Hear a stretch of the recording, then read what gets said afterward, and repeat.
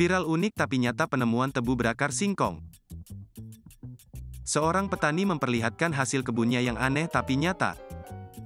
Salah satu pohon tebu yang ia tanam, punya akar singkong. Video pohon tebu berakar singkong ini diunggah oleh akun @k_wula_alit di Instagram. Di tayangan itu si petani memegang pohon tebu berakar singkong yang baru ia cabut. Petani ini berada di kawasan kebun tempat ia bercocok tanam. Terdengar di tayangan video, perekam video menyatakan pohon tebu berakar singkong itu bisa dimiliki dengan harga Rp100.000. Si petani lalu mengatakan ia berlokasi di Menggala yakni di Kabupaten Tulang Bawak, Provinsi Lampung.